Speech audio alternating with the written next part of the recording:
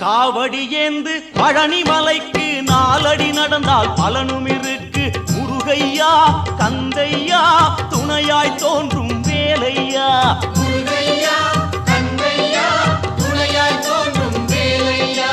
அறுபடை வீடும் சொத்தாகும், ஆண்டி என்பது பேராகும்.